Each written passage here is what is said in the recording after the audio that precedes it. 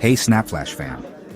The courtroom drama surrounding Carter Morupisi, Botswana's former permanent secretary to the president, just got more intense. The Court of Appeal is set to rule on a pivotal case that could shape the nation's legal landscape. At the heart of it, allegations of bias, jurisdictional overreach, and a fight to uphold Botswana's judicial integrity. Will the COA uphold the High Court's decision to free Morupisi, or will the DPP succeed in sending him back to prison? Stick around to unravel this legal showdown. Before we get into it, don't forget to like, share, and subscribe for updates on this and more of Botswana's top stories. Last week, the High Court nullified Morupisi's 7-year jail term, citing a violation of his constitutional rights. The decision sent shockwaves through Botswana's legal circles. However, the Directorate of Public Prosecutions, DPP, isn't backing down. The DPP's urgent appeal argues that the High Court overstepped its jurisdiction by overturning a Court of Appeal (COA) decision, the highest judicial body in the country.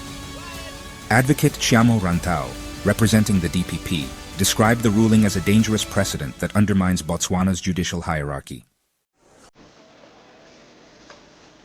In the appeal is the alleged conflict of interest involving Justice Zain Kebonang, one of the High Court judges who ruled in favor of Morupisi. The DPP claims that financial links between Capital Management Botswana, CMB, a key player in Morupisi's corruption case, and Justice Kebonang's family compromised the judge's impartiality. The perception of bias erodes public trust in the judiciary, said Rantau, calling for greater scrutiny of judicial involvement in high-stakes cases. Dr. Obonya Jonas, Morupisi's lawyer, has countered the DPP's allegations, calling them baseless. Jonas emphasized that the High Court's ruling was grounded in constitutional principles, particularly Morupisi's right to a fair trial by an impartial tribunal. Jonas argued that the case is not in the public interest, but the public has an interest in the case and has no reason to be expedited, dismissing claims that Justice Kebonang's involvement influenced the decision. The crux of the appeal lies in whether the High Court had the authority to nullify a COA judgment. The DPP insists it didn't, warning that such rulings could open the floodgates for challenges to settled cases, destabilizing Botswana's legal system. Jonas, however, argued that a breach of fundamental rights invalidates any judicial decision, regardless of the court's authority. This case is more than just Morupisi's freedom.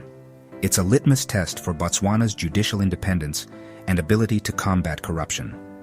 A ruling in favor of the DPP could reinforce the COA's authority, while a decision supporting the High Court could redefine the balance of power between Botswana's courts. What do you think, Snapflash fam? Should the High Court's ruling stand, or does the DPP have a point about judicial overreach? Drop your thoughts in the comments, and don't forget to like, share, and subscribe to Snapflash for updates as we await the COA's decision. Keep questioning and stay informed.